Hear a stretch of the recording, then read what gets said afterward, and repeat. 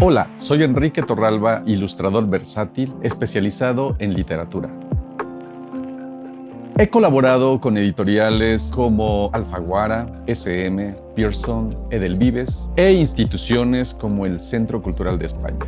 Además, he recibido reconocimientos en Europa y América.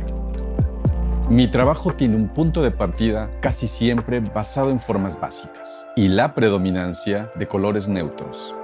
Abrazo distintas técnicas, pero el wash es mi soporte estético fundamental. Al incorporar ese medio al collage, consigo dar personalidad a las obras. El resultado es especialmente interesante cuando ilustramos temas conceptuales narrativos.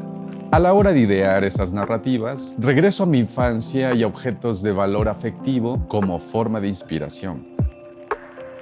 En este curso de doméstica aprenderás a mezclar el wash y el collage para producir conceptos narrativos.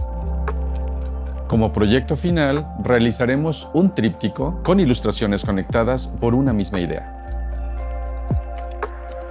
Empezaremos con un recorrido por los materiales necesarios, como pinceles, tintas, lápiz adhesivo, cúter, cartulina y distintos papeles. Luego veremos la estructura básica de una narrativa y haremos pruebas técnicas y de síntesis gráfica.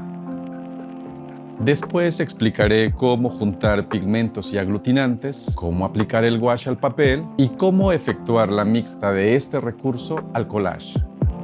Entenderás los elementos que nos ayudan a contar una historia visual y entonces estaremos listos para iniciar el proyecto. Bocetaremos la idea, pensaremos en su composición y poco a poco le daremos forma con pintura y recortes. Para finalizar, trasladaremos la obra al sustrato definitivo y le añadiremos los últimos retoques. Al terminar las lecciones, tendrás un método rico y versátil para ampliar tus fronteras de expresión. Conquista la mezcla del washi collage y sorpréndete con las historias que nacerán de tus manos.